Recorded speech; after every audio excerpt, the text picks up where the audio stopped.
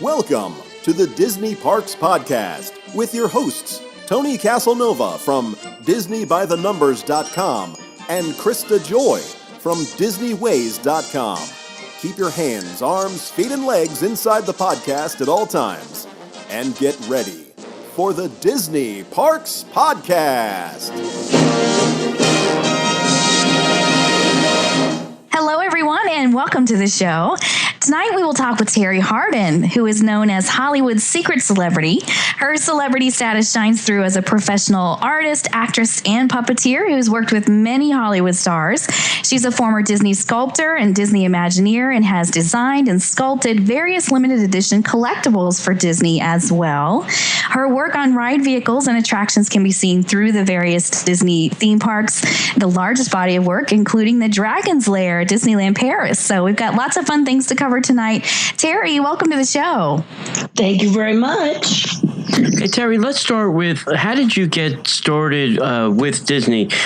I believe you had a pretty good career going up until you started with Disney. But how did you, get hired, and what did you start doing first with Disney? Well, most people wake up and they say, they have an idea. And then in today's world, maybe a lot of people don't have an idea. But I knew that I was going to be an artist pretty early in my life.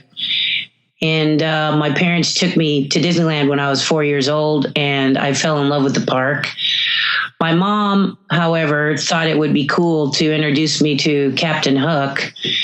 And if you think about that, imagine that you're 4 and your mom decides of all the characters in Disneyland, she's going to take you to see the bad guy.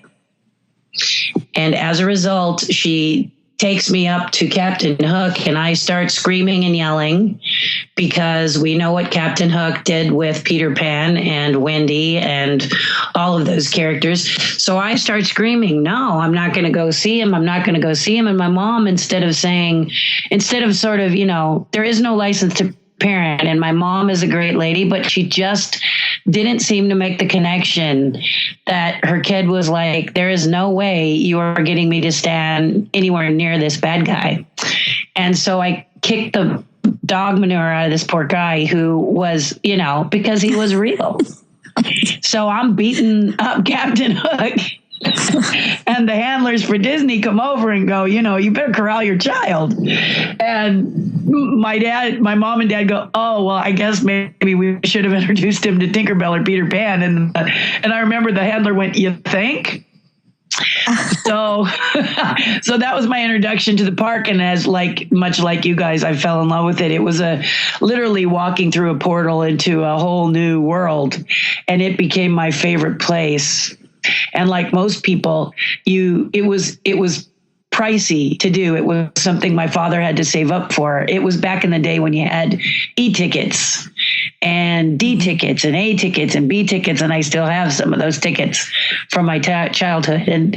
And people looked at the books at my ticket books and said, "You still have E-tickets in your ticket book?" I said, "Yeah, because my favorite ride was Dumbo." And Dumbo was not an E-ticket, it was a C ticket. So all my C tickets are gone because I rode Dumbo all the time. But now let's fast forward to the fact that I soon discover that you can actually be a part of the magic.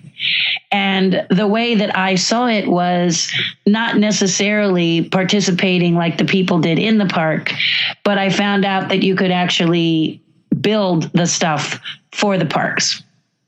So I soon learned that Imagineering was in Glendale, California, and I lived at the time in Sun Valley in North Hollywood, just a stone's throw away from Glendale. And I started to try and figure out how I could apply. Meanwhile, I need to eat, I need to work. So I began to train with Sid and Marty Krofft, people that were responsible for Sigmund the Sea Monster and creatures like that. And I applied, I auditioned to be a puppeteer, and I landed it. And then soon after that, met Jim Henson. And then Jim and Henson and his team worked with me for quite a while, all the time with my eyes on Disney. And my mother got hired. at Disney as a word processor, which back in the day was a person who would input data into a giant computer, and it would spit out these big sheets, and then my mom would decipher it and take care of her boss.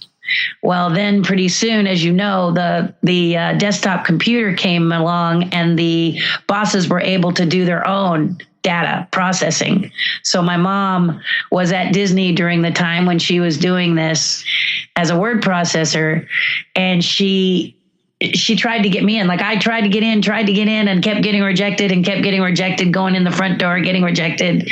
Never even saw my portfolio. I just put in my resume. I had all this sculpting background. I had all that, but no.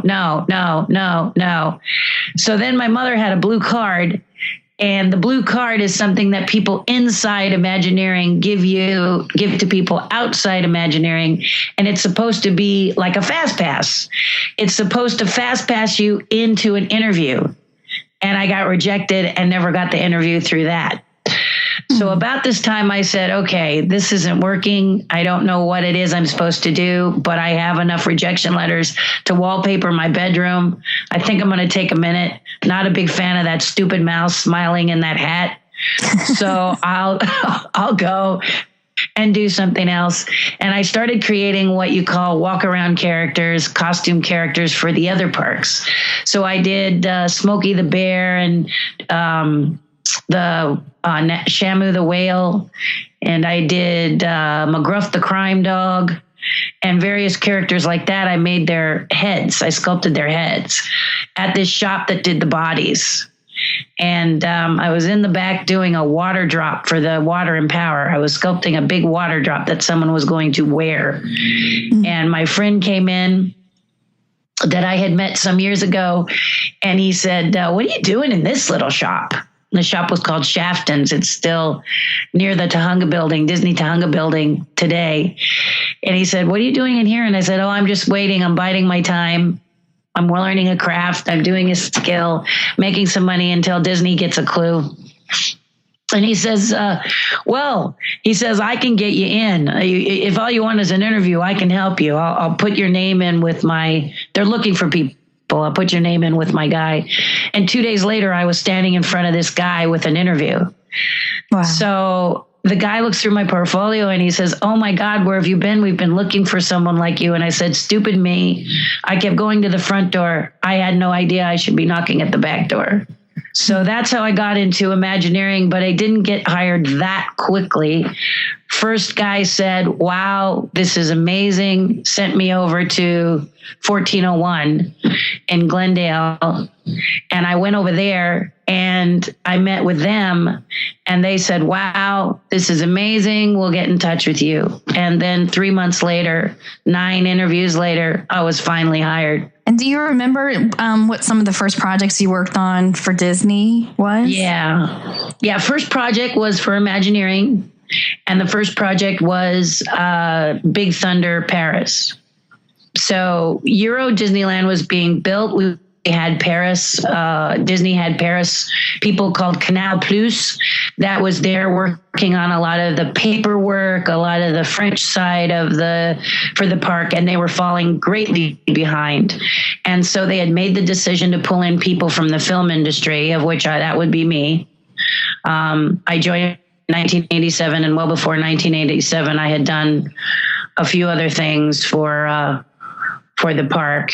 One of the things I did was Michael Jackson's Captain EO. And that was my next question.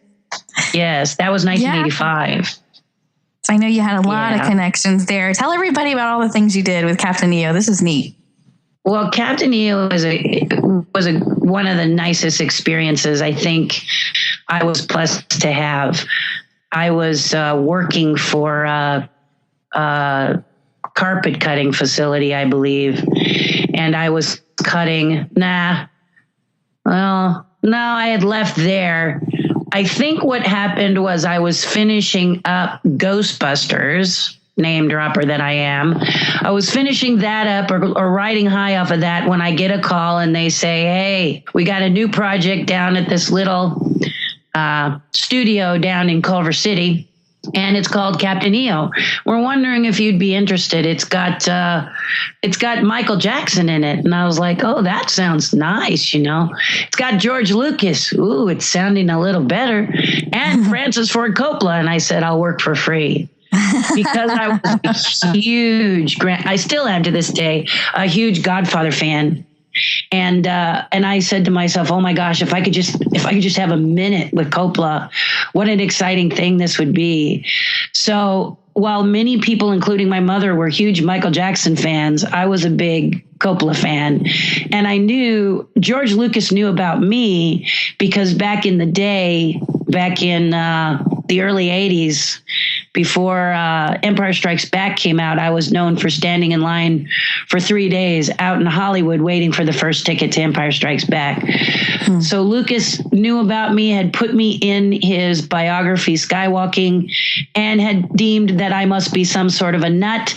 So he never wanted to meet me. And here we were coming into Captain EO, and I took my time. I did my work. I auditioned. The first thing I was brought in to do was to build the whip warriors that whip Michael Jackson. I was brought in to build those characters. And I started building those characters. And then then I go home and I get a call on the machine that says, Terry, we're interested in having you puppeteer for EO. Would you call us back? So I called him back and I said, this is Terry, leaving you a message. I'm on stage 11 in the very studio that you guys are calling me from. Just walk down and say hello. So the next day, nothing. Come back home, have a message. Terry, we don't know why you're not getting in touch with us. I was like, what the? So I walked up to the production office and I said, hello, my name is Terri Hardin. And they went, we've been trying to reach you. And I said, I'm down over there. And they went, what? You're on the lot? And I was like, duh. Yeah, I'm on the lot. I'm building the Whip Warriors. And they're like, oh my God. I said, I left you like 4 messages telling you I've been down here. And then you're leaving me messages. You're all mad. And they were like, oh, we haven't checked our machine. I was like, what? So they said, will you be interested in auditioning? I said, sure. So I went and met 2 wonderful people, but they had done stage puppetry. And the difference between motion picture puppetry and stage puppetry, for the most part, is the weight of the characters. Most of the people that build puppets for the film industry don't have a clue about building a puppet for someone to operate. And they're usually extremely heavy and very hard. So as a result, like the Ghostbusters dog, for example, probably about a 40, 50 pound dog. So I think I got it because I could lift it. And wow. So I was very strong. And so they had me audition and they said, you look very strong. And I said, well, I come from the film industry. I don't do stage. Stage is great, but the film, blah, blah, blah. So the guy says, well, we are having trouble casting Idie and Odie. They weigh about 40, 50 pounds. I said, well, let's get him up here. Let me pick him up and see. And I performed him and they said, wow, okay, cool. Gave me a couple other things to perform, but I knew I had pretty much nailed Idie and Odie. And the next thing I know, I was cast as the character. Mm-hmm. So I talked to the costuming department and I said, let me work around the rehearsals because you know how rehearsals go. We're going to rehearse a little bit.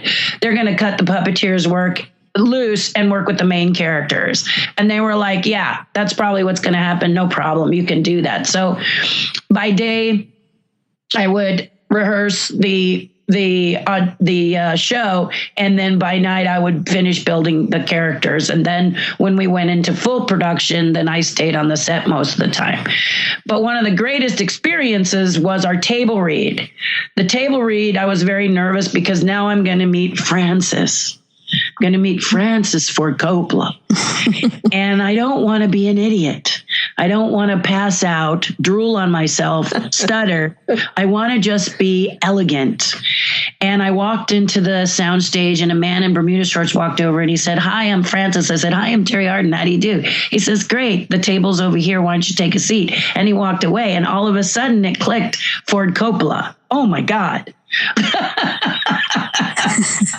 So I was elegant because I did not expect my first meeting to be with Francis in Bermuda shorts. Just wasn't the visual I had when I was imagining our first talk, So we sat around the table, and everybody was there, including Angelica Houston, who at that time Angelica Houston will always be a big deal because she's a Houston, but she was super big because she was up for the Academy Award for Prissy's Honor, which she later won.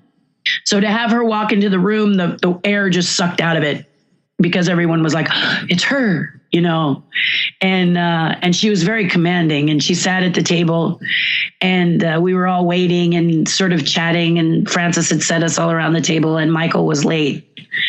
And all of a sudden, Michael came in with his entourage and a few Disney people in tow. And the only chair left empty was next to me. So Michael sat next to me. Oh, wow. And I said, hey, how you doing? And he gave me this look, like a nod, no words, just kind of, okay, you strange creature, you're talking to me. And very polite, not mean, just you're talking to me. And so, so Michael says, Francis, may I record this session? And Francis says, of course, Michael, of course. Well, now off to the side were three men. I will call them hear no evil, see no evil, and speak no evil. And hear no evil runs up and just like a whoosh. So imagine there's Michael and me, there's a table read. It's a big circle, but it's like a big C. So the man jumps into the middle of the C, lays down a tape recorder, pushes play, and is gone. It sounds something like this. Click.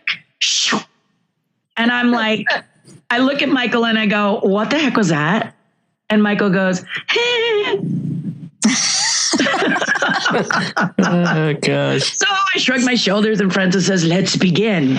So everybody starts to read and everybody's doing their thing. And all of a sudden, Captain EO, Michael Jackson, it's his line and nothing's coming out. And I look over and Michael's script is just completely disheveled. It's, one is in the back. He cannot find his place. So the second person, who we would call See No Evil, runs up and like a casino dealer, stack, tap, tap, gone. And the script is in order.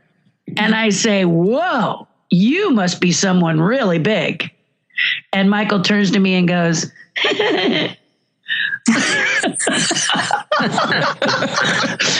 so we continue on and he reads the line where he looks up at the witch and he says, I am Captain EO. I am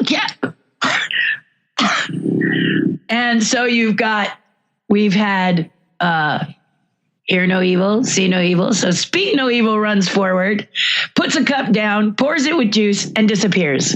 Whoosh, juice, whoosh, gone. And I go, okay, that's enough. And Michael looks at me and I said, how the heck did you do that? Wait, don't tell me. Don't tell me. I'm going to try it. Okay. All right. Just wait. I'm going to do it. So I close my eyes and I go, and I open my eyes and I go, hey, where's my juice? And Michael Jackson says, you're funny. So we automatically, in most cases, hit it off pretty well. A few things that happened. They had a love interest for Michael Jackson. If you remember that far back, Michael Jackson was on the top of his game. He had Beat It. He had Thriller. He had Billie Jean. I mean, the 85, the 80s were the years of Michael Jackson. He looked cool. He danced cool. He was unbelievably cool. Everything he touched turned to gold. He was the Midas. I mean, it still happened later, but he was messed up. So here he wasn't messed up a little bit because he was trying to find himself, but for the most part, sexy and adorable. And if you look at those albums, just amazing. So they wanted a love interest, just like they had in Thriller. They wanted him to have a girlfriend called the Princess. But when Angelica heard that she was only to be the witch, she threw a little fit. wait a minute. I am the princess. I want to be the princess. This is ridiculous. I'm not just going to be the witch. I want to be the princess. And Frances says, Queen, dear, you're a little old to be the princess. And so she says, okay, queen, but I want to be the queen. And Frances is about to stand up and tell her, look, we've got a love interest. She's cast. Costumes are done. Live with it.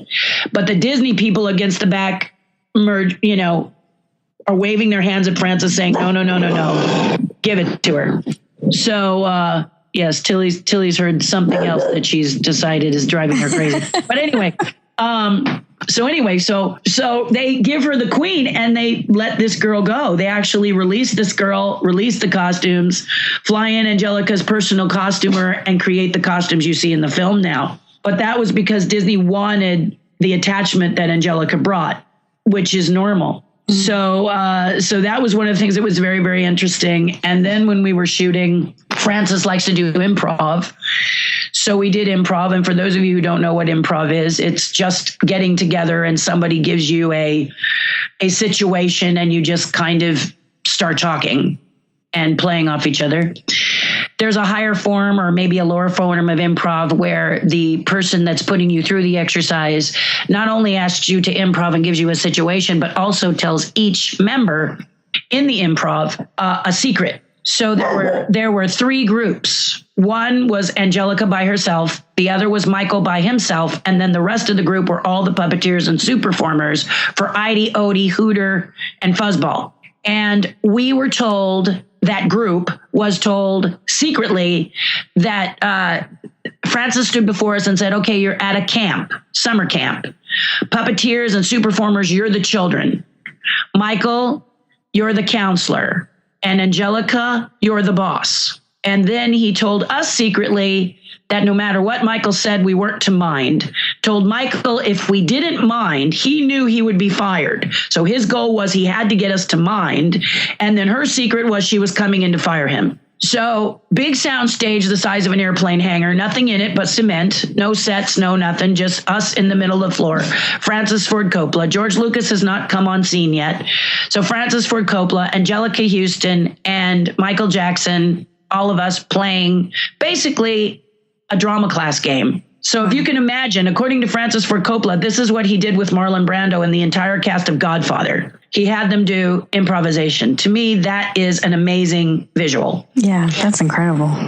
And it was an amazing visual to be looking into Michael Jackson sitting cross-legged on the floor as he looked down at us. And when they yelled action, we start pulling on him and hugging his legs and being 5 years old. And he's saying, please, you've got to behave. Now sit still so that we can go on with the next thing we're going to do. And we're completely unruly. So Angelica Houston comes in and she says, Michael Jackson. And he stiffened and she walks over to him. Now, if you think about this, the small group of us who are now quiet, we're all of the characters in Captain EO. Michael is Captain EO and Angelica is the witch. And she, even though she's counselor versus boss versus kids, Coppola had the same scenario set up specifically for this reason. So in she walks, very much. If you've ever seen the movie Alien, there's Veronica Cartwright. She's grabbing all the containers, trying to throw them in. But then when she turns around, the alien's there. He slowly closes in and she knows she's done for. Now paste Angelica Houston there.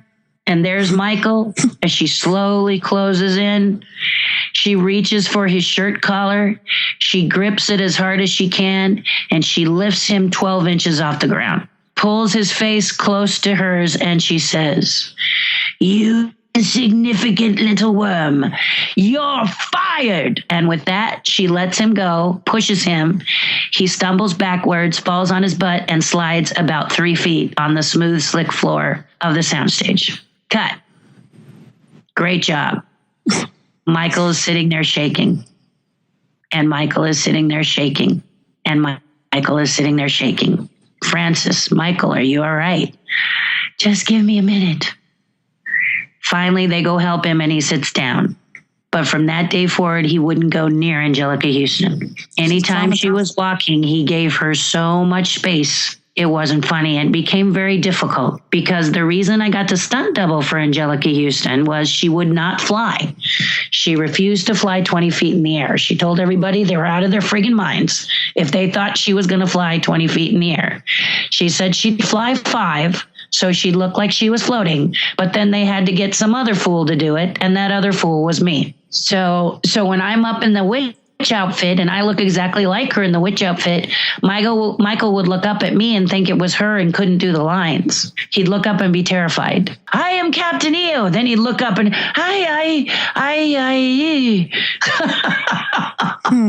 And Francis was, oh no. Michael, go take a break, take after take. He just couldn't get it. And it was because he was so frightened of her. And as much as you said, look, she's an actress, even she tried to blow it off, just didn't work. It's too much. So he sat up on the stairs with a friend of his. I said, can you guys let me down? And they said, no, this won't take long. And I said, look, if you guys don't want a golden shower, you need to let me down. And so they're like, okay. And they just sort of let go of the ropes and I come flying down 20 feet and they grab it just about as my nose is about to smash on the concrete. And I go, yeah, you guys are really funny. And I get out of the harness and I go over to Michael as the witch and I go, Michael Jackson. And he goes, ah! Oh my gosh. I mean, I have to say that the poor fella, I should have never, Krista, I should have never done that to him. But I said, Michael, it's Terri. And he says, Terri? I said, Terri. And he says, what are you doing in the makeup? I said, it doesn't matter. Get the lines right. I don't want to be 85 before we get out of here. And he's like, why are you up there? And I said, Angelica didn't want to do it. She didn't want to fly.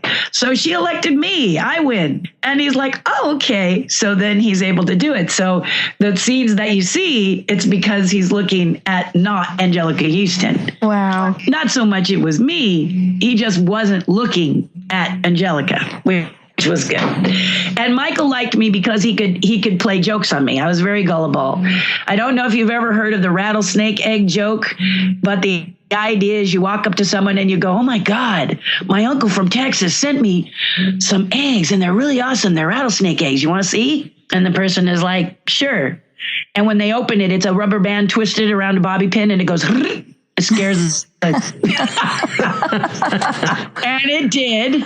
And Michael laughed and laughed. And then 10 minutes later, he'd do it again and I would jump. This time I knew it, but I knew it made him feel good, so I would jump. And then every morning he had crates brought in of grapes so we could have a grape fight before we went on the set. So imagine, if you will, a young man who at age 4 became a rock star. And after that, life was different. Okay. So one day I'm on stage. I used to eat my lunch on the stage because it was quiet and I needed some distance. And one day I walk on and I hear some movement and I say, hello. And the voice comes back, hello. And I said, Michael? He says, Terri? I said, Michael, are you busy? I usually eat my lunch here, but if you need some privacy, I'll go elsewhere. No, come on, let's have lunch. So the two of us sat on the steps having lunch, and I said to Michael, Michael, can I ask you a personal question? He says, sure. I said, okay, imagine, if you will, that I am a good fairy godmother, a genie, whatever. I come floating down and I say, Michael Jackson, you are so known that if there was life on the moon and you landed on the moon and there was a moon man, the moon man would say, Michael Jackson, autograph. And he laughed. I said, you brought so much good to people. I'm going to grant you 3 wishes. What would they be? He thought for a moment and he said, wow, nobody's ever asked me that before. I didn't say anything. He said, well, the first one would be that I'd like to have my childhood back. At 4 years old, I became a rock star. And after that, wasn't allowed to climb a tree, wasn't allowed to go out on my own, couldn't play with my friends. My parents hated if I got dirty. All of the things that kids do, I didn't really get to do. I said, okay. Number two is I'd like to go shopping in a mall without having to buy it first. So I want you to think about that. Many people have always said they wanted the money of Michael Jackson. They'd like the fame of Michael Jackson. But here was a man that sat before me, not 1 foot in front of me, who told me what he wanted is what you got. Your ability to go to a mall unnoticed and shop to your heart's content. So I think the grass can always be greener, but you really want to think before you jump. And his third one was he wanted to walk amongst people and not be noticed. He said, I just would love it if people would I don't have to have it all the time, but I'd really love that feel. Well, the man who did the makeup for Thriller was a good friend of mine named Rick Baker. Very, very many Academy Awards for things like Gorillas in the Mist and Werewolf of London, American Werewolf in London, et cetera, and Thriller. And so he made Michael up as a little Jewish white guy, and he walked along the beach and nobody noticed him. Wow. And it said that Michael would bump into people, like literally bump shoulders, and they would go, hey, old man, leave me alone. And it just delighted him. It just delighted him. So the sad thing is that when you're that wealthy and you're that a little bit geeky, because Michael was a geek, he was a misfit, a little odd, and yet very talented, that you can become a target. Doesn't matter who you are, you can become a target. If someone decides, if they've got their sights on you, you can become a target. And so the parents, Michael used to have these kids over to spend the night, these little kids. And what people didn't realize is that Michael's mentality was about 12 years old. And so they would have food fights, stay up all night and eat ice cream, pillow fights, none of that bad stuff. But the parents saw an opportunity to get a little bit of money. And a lot of people say if he wasn't guilty, why did he pay them off? But I want you to take a minute and put yourself in his shoes. There you are, Tony. You're alone in a room with a woman. She makes a pass at you and you rebuke her and she screams rape. It's only you and her, no one else. She starts to tell everybody. She tweets about it. She Facebooks about it. How you're a liar. You did it. How many people do you think are going to believe you? Krista, same question. You're in the room with a woman and she makes a pass at you. Same thing. Believe me, it can happen. It can happen, and it just festers and gets worse and gets worse and gets worse. So all he wanted to do was stop the bleeding, but then it made it even worse. And to be someone who had done so much good in the world, to be burned like that, you cannot recover. It's a hard thing to do. You cannot recover. And as a result, that's when he started to spiral, because he couldn't believe people would believe that of him. Now, here's the caveat. After he died, the two kids came forward and said their parents had put them up to it, and it was all lies. But they waited till after he died. So he never got to hear them confess that they had lied. And so this is the kind of thing that is so sad when you meet somebody like this and you see all of the warmth and the good and the kindness and the generosity and the people that he's with, Elizabeth Taylor and all of these people, all of these actors and performers who are huge, who just loved him. They weren't crazy. They just knew the man. And he was just trying so hard not to be him after these allegations, because he didn't love himself anymore. He didn't like who he was. He didn't like who he saw in the mirror. So he starts to do all this crazy junk, which only makes it worse. Trying to change his face, trying to be something that he's not. And we all know, yes, thank you for agreeing, Tilly. We all know that when you're not yourself, you're broken. You need to be who you are. And you guys, I'm sure you've noticed that your love of Disney works well with some people, but with others, they go, okay, don't you think you should grow up a little? Right. I mean, come on, it's a park for children. Yeah. They don't get it. And your heart goes out to these people who go, it's a park for children. Will you grow up and get a real job? Would you get up and do something real? Oh my gosh, you're going to always be doing this? The answer is yes. And if you would take 2 minutes to try and figure out why I love it, you would enjoy it too. But, you get that all the time. When I was in puppets, there were people that said, you play with dolls. Yeah, I talk to myself too, but what can I do? Puppet is a good excuse to cover talking to yourself. Now they call it a Bluetooth. Right. Yeah, talk to yourself. Let's say you're a little crazy and you talk to yourself, just pick up a Bluetooth. Don't connect it to nothing. Just pick one up. You can have conversations with anyone you want. Everyone will love you now because they think you're talking on the phone. There's a lot of those people in cars today. Yeah, it's hilarious. Yeah, very true. Hey, Terri, I also thought that Spielberg and Lucas and Jim Henson also had some involvement with Captain EO as well. Is that correct? Well, Spielberg, I don't know that I ever came across Spielberg, but George Lucas did. And I remember, George Lucas, of course, to have Lucas connected with Coppola and Jackson. I mean, you're talking, and then Disney, you're talking about the rock stars of the industry. And Lucas was there because of the camera and because of his Industrial Light and Magic, which was working on the effects. And I walked up to him and I said, Mr. Lucas, you know me? And he says, I do. And I said, my name is Terri Hardin, and I just waited. And he looked at me quizzically, and then all of a sudden the realization, and he said, oh my God. I said, now before you call security, I'm the one that performs that character over there. He goes, yes, I remember. And I said, I'm also the one that's in your biography for seeing Star Wars 181 times. And I can understand why you'd think that was a little crazy. But if I may take a moment, that film was what gave me the career that I now have. That film was responsible. Up until Star Wars, I thought I had a hobby. After Star Wars, I knew I had a career. And I'm not alone. There are thousands of people. I'm hoping one of them is J.J. Abrams, that was inspired by this movie and wants to pay homage to this movie because it was the reason that we do what we do today. Yeah, that just the best, the greatest. And I kind of feel for kids today because they'll never have that feeling that I felt sitting in that theater and having my teeth fall out. Literally fall out because I had seen something I had never experienced in my life before. When the Princess's Cruiser comes up over your head, it's mind-boggling, especially since now you realize it's all practical. No computer-generated graphics. It was all real.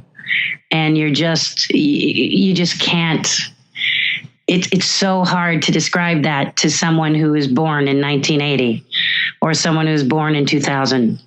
You're just never going to feel the way I did. All I'm going to do is pray that something's on the horizon that will stop your heart like Star Wars stopped mine and change your life like Star Wars stopped mine. Because I never would have been able to do anything, Disney, any of it, Imagineer, any of it, if it hadn't been for George Lucas's Star Wars. Wow. So how do you feel about them making a new one with J.J. Abrams? I'm scared. I'm going to be honest with you. I'm scared. That's one of the things I'll always be.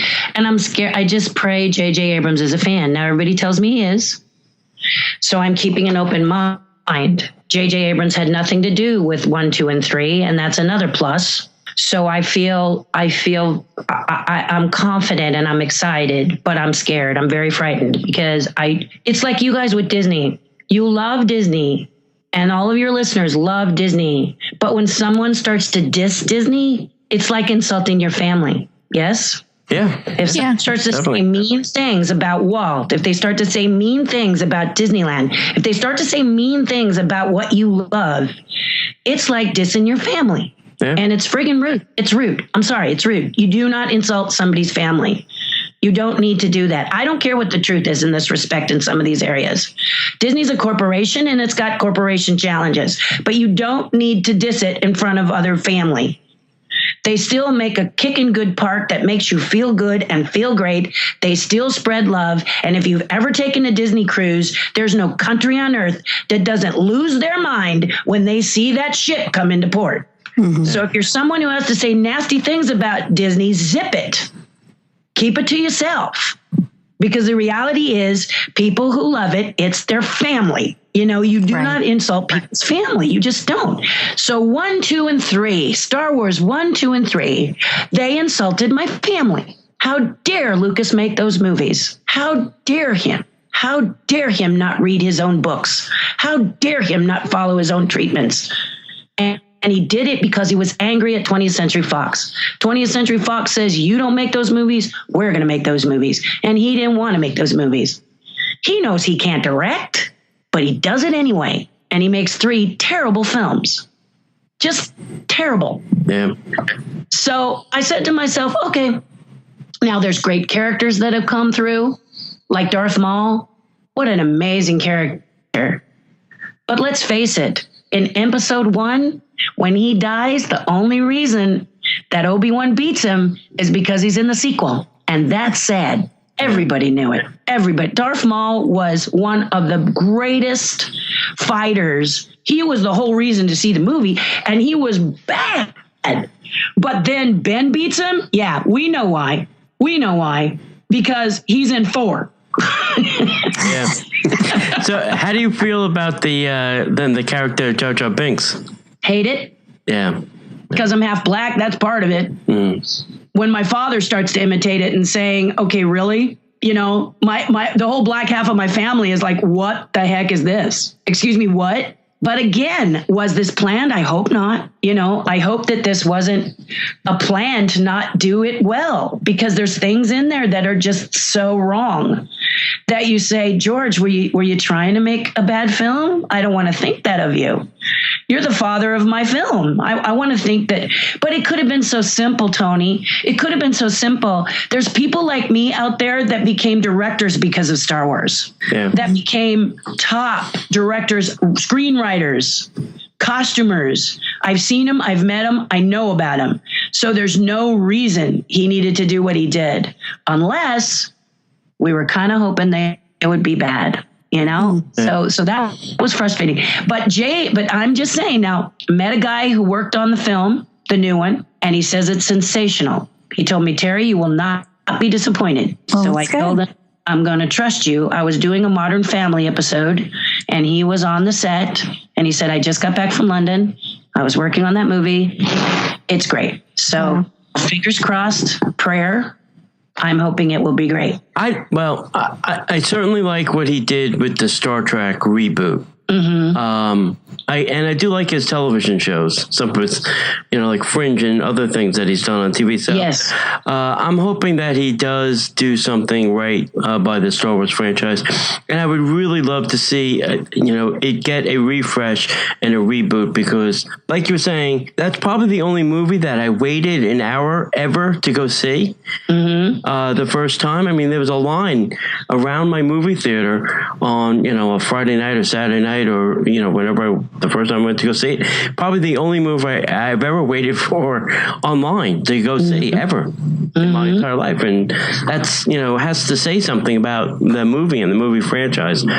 So I'm hoping he does it right, and I do put, I guess, some trust in it, because I do like what I thought the Star Trek franchise was dead, and I've loved now the last 2 movies in the Star Trek franchise. So yeah, he did an excellent job with those. I will agree with that. The second one I didn't like as well as the first, but I'm a big advocate of the original. And I actually knew Leonard Nimoy. Not like I could call him up and go, "Hey, Leonard, let's do lunch." But I met him on the set of Dinosaurs, a TV show. Kirk Thatcher, who you may remember from the Creature Shop Challenge, but more importantly in Star Trek 4 with Leonard Nimoy and William Shatner. On the bus, there was a punk rocker, and Kurt played the punk rocker that gets the Vulcan death grip. So he knew him, and he brought him on because he found out that I was a huge Nimoy fan. And Leonard sat and spoke with me for probably a good half hour, listening to me about Star Trek and how much I loved it and what it meant to me as a young person. So yes, the new one, I love the new one, the first new one. And I agree with you, Fringe is one of my favorite shows. So I just say JJ's a fan. And if you're a fan and you love the movie, you can't go wrong. And also it's Disney's now. And I think that's a good thing. Yeah. Disney's got it, and they're taking good care of it. The characters are wonderful. The rebel thing that they have for the kids is fabulous. All of that is cool. That's cool. I don't know if I really like it in the Disneyland park. I'm kind of a purist, but I like that better than the Tomorrowland bringing my rocket ships and putting them on the ground. That bugs me. So you mentioned Dinosaur, and that's one of the questions we have. So can you tell us a little bit about Jim Henson and the television series Dinosaur? Well, Dinosaurs. Yeah, Dinosaurs is a great show. Not the mama, not the mama, not the mama is what people remember. Right. And I was Team Baby Sinclair. I loved being Team Baby Sinclair. The way puppeteers work is that no one puppeteer usually does the character. However, there is a lead, and that lead puppeteer usually does the voice of the character.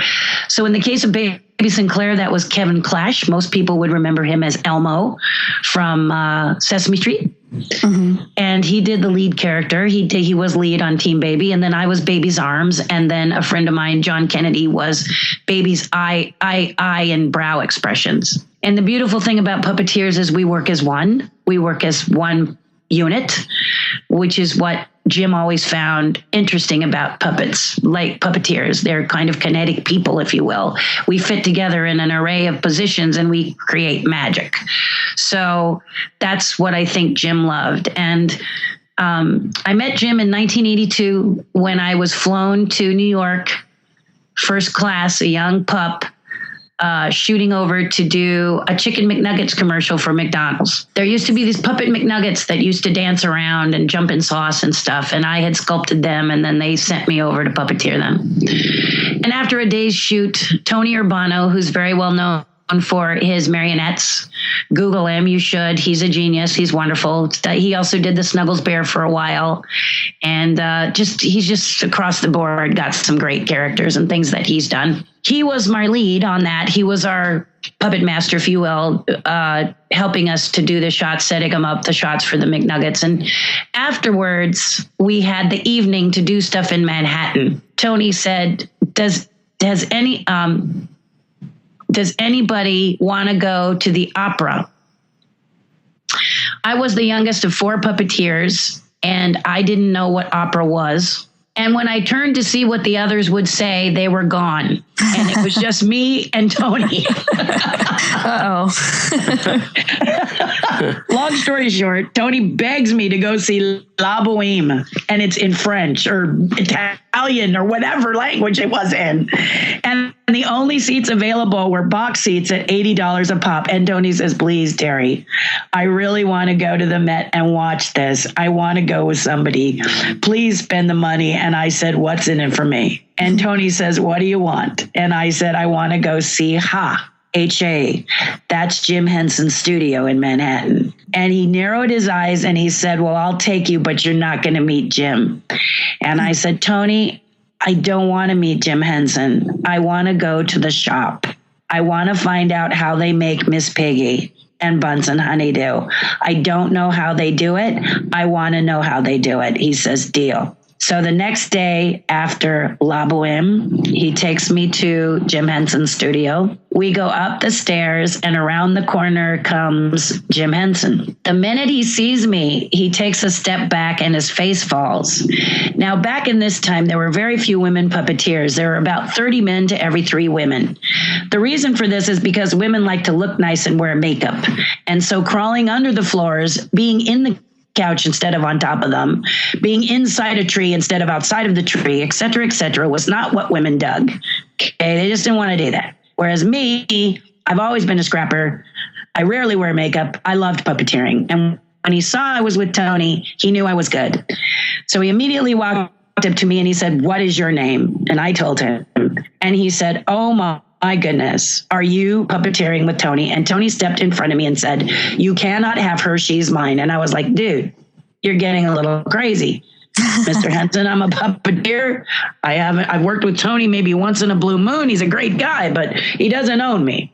And Jim nodded. And I said, look, I'm here to see is there any way I can see your shop? Because I don't know how you make Miss Piggy. I'd like to see how you make her. I build puppets at home. I don't build anything like that. So he took me down and they showed me how she was made, a technique called flocking, in which they use electrostatic current and little bits of felt to stick it standing on end onto her face. That's how she gets that velvety smooth skin that she has. And so as I was leaving, I was going down a spiral staircase at the Henson Studios, and a door opens, no lie, a little door opens, and a person comes out, stuffs something in my pocket, and then disappears before anyone can see them, including myself. I just feel something in my pocket, and then I turn and there's nobody in the room. So I step outside and I take a look at the card, and it says, please contact the studio when you get back home, Jim Henson. So I get back home and I talk to Jim, and he wants me to fly to New York and work. And I said, no. And he says, what do you mean no? And I said, I didn't like Manhattan, too noisy, too stinky, too gritty. And I said, I don't think I could do my best work there. And he said, what makes you think you can work with me? And I said, Dave Golst lives in San Francisco.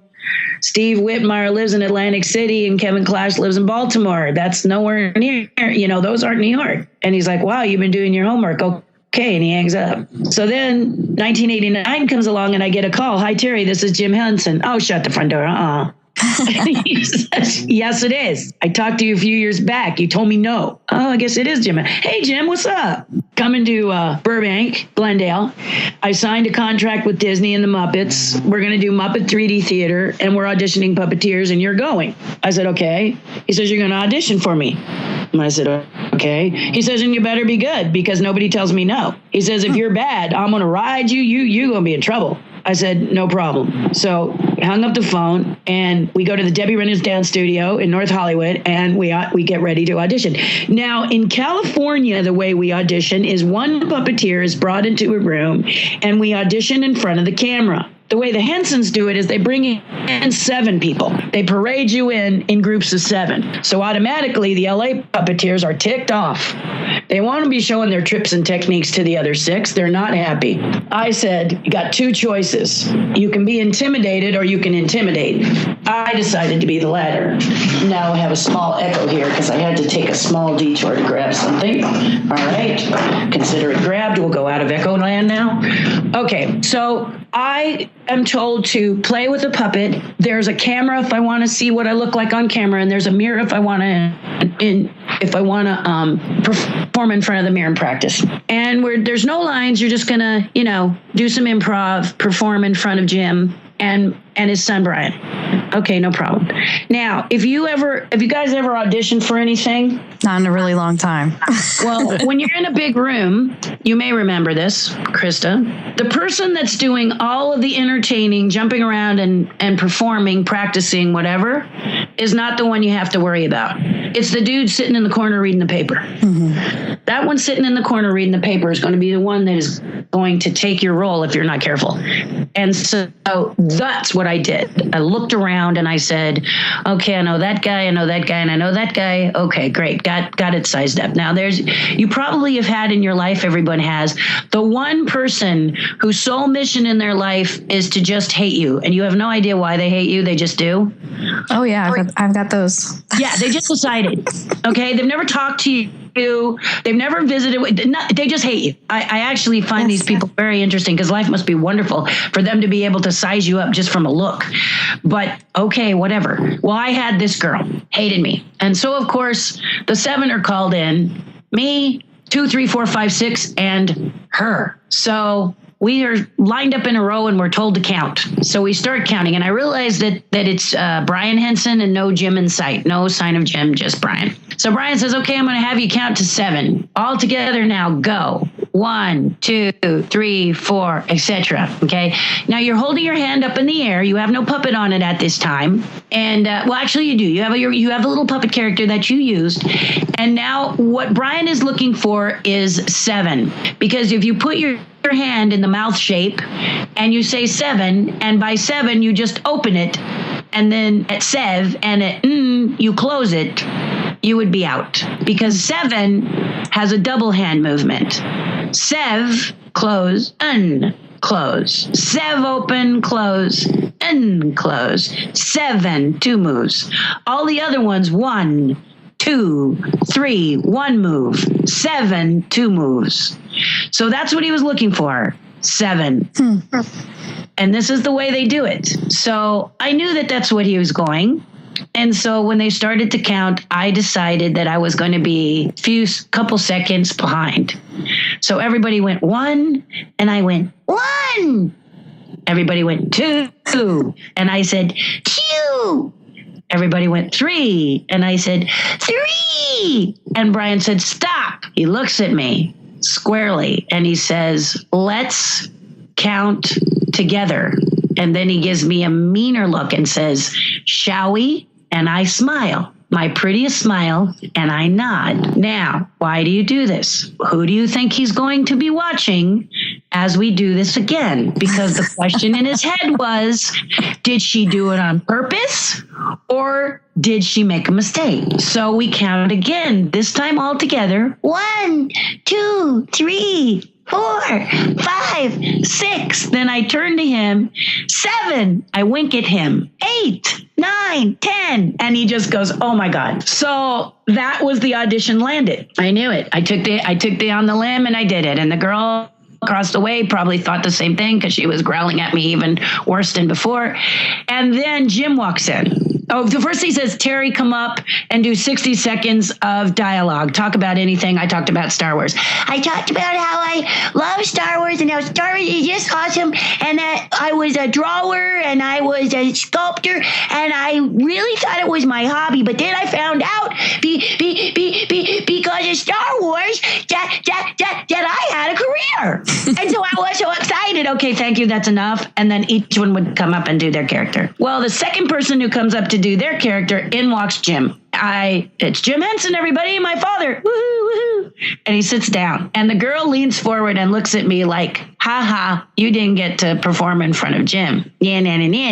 And I'm like, man, I'm kind of bummed at that, but never let him see you sweat. So everybody goes, they're done. Jim says, thank you very much. And as we start to walk out, he says, Terri, where do you think you're going? And I said, excuse me? And he says, get back over there. I did not see you perform your 60 second. And I went, okay. And went back and did a different 60 second. Talked about my horse. I have a horse. It has pink dots and yellow stripes. It's a little weird when I'm riding on the trail, but I really, really like them. So something like that. And you just kind of pull it out of your head, whatever goofy thing. Mm-hmm. And before you know it, I was cast. And then Jim and I were building a show together. And at the same time, I was sculpting Splash Mountain, Tokyo, when I was shooting Muppet 3D Theater. Wow. So it was a very exciting thing. And then Jim passes away. The night before he passes away, I call him on the phone because he's going to come to Disney and he's going to take a look at the sculptures for Muppet 3D Theater. And he's got to walk past my area where we're sculpting Big Thunder. And I mean, where we're sculpting Splash Mountain, Tokyo. And everybody wants to meet him. I'm with a team of about 15 Imagineers. They all want to meet him. So I call up Jim and I say, hey, Jim, can you swing by on your way to the sculpture department? Can you swing by the model shop and go to Splash Mountain, say hey to me? My friends would like, my team would like to meet you. No problem, he says. And I say, gosh, you don't sound very good. He says, I have just a little cold. And the next day he died. Wow. So for me, devastating. And Disney came to me. They knew I was close to him. And they said, we're so sorry for your loss, but we can't let you go. We need you here. But what we will do is we'll isolate you so that if you have some emotion overcome you can give into it and then you can continue. And I was said, okay, I'm very grateful for that. Thank you. So I lose him and I feel that with him goes my chance for working with the Hensons. Because really, Brian didn't work with us much on Muppet 3D. It was me, and it was a bunch of us with Jim and Frank Oz, and Frank Oz wasn't there, and I thought, it's done. But to my surprise, Brian called me and said, I want you to come and audition for Dinosaurs. I was originally cast as Charlene Sinclair, but the girl inside that was the suit performer was claustrophobic and she couldn't perform. And so they replaced both of us and moved us around and they put me on Team Baby.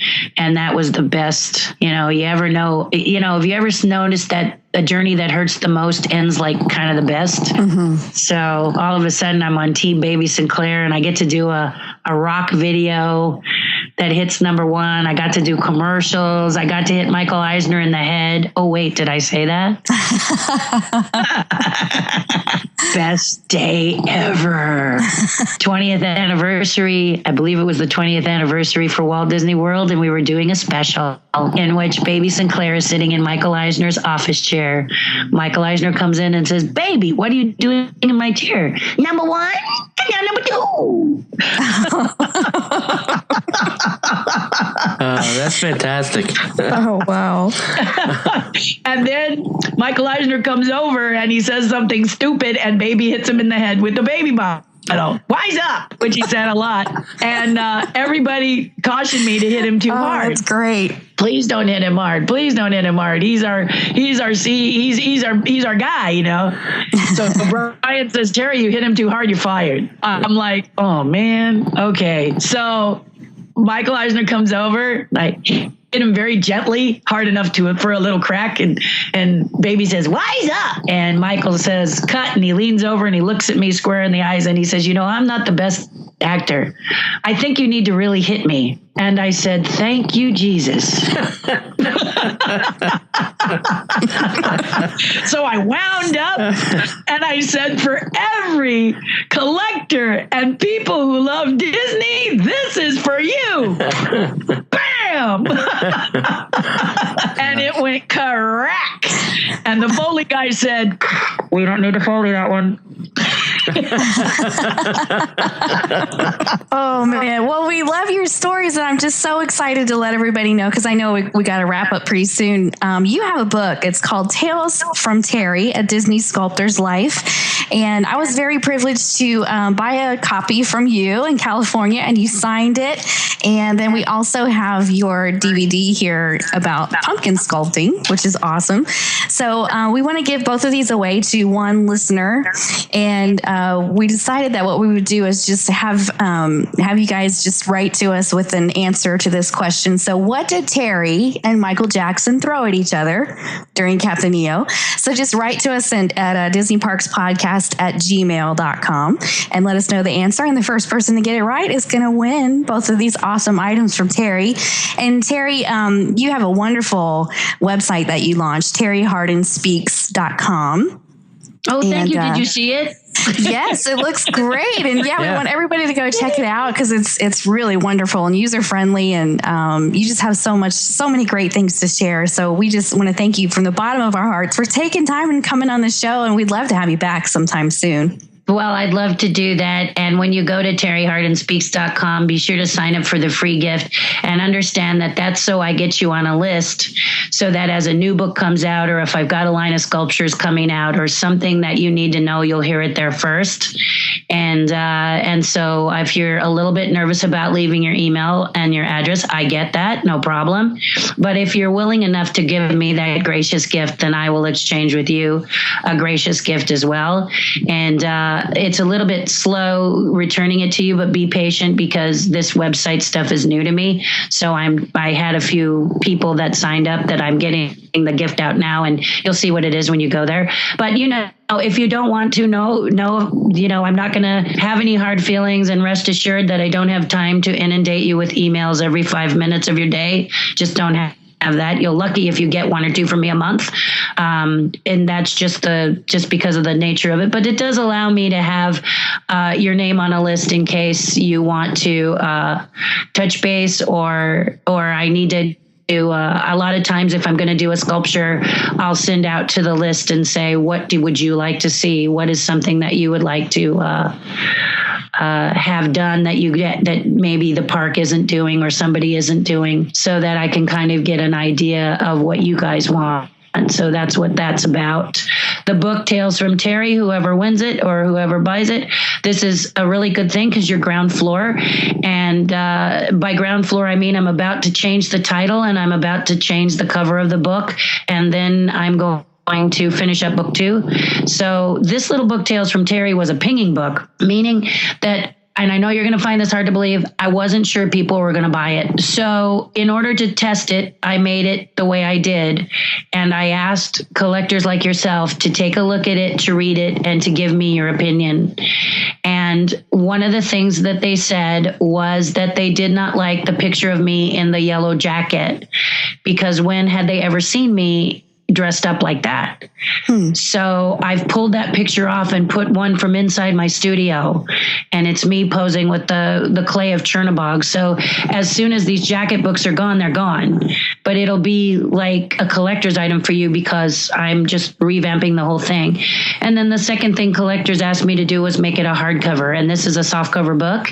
So the next book, the real beginning number one, the actual number one, other than the test number one, will be a hardbound edition. So I'm looking to get that out before D23. And I hope that I can get it done because I'm at D23 as a guest author with Mice Chat. And also going to be a featured guest of Gifts by Small Fry there in D23. So we're looking to see if we can at least have the new book there, the old book if you want to collect that as well. And then some sculptures that I am trying to finalize that will be for sale there. Wonderful. We can't wait. It's gonna be So great. you guys coming? I hope so. Tony, are you going? I'm a definite maybe. Okay, excellent. Well, I'd love to see you guys. And, Yes. and anyone who comes, I have blonde dreadlocks, so take a look at the website. I'm really easy to spot. And don't hesitate to come and say hello, and say that you heard me here and give me your opinion and say, wow, you really are opinionated, aren't you? Whatever you want to say. Yeah, we'll look forward to that. So, Terri, thank you so much for being on the show. Thank you guys. And thank you for tuning in, and we'll see you in the parks. The Disney Parks podcast is not affiliated with the Walt Disney Company. All Disney parks, attractions, lands, shows, event names, etc. are registered trademarks of the Walt Disney Company. Like a boat out of the blue, fate steps in and sees you through.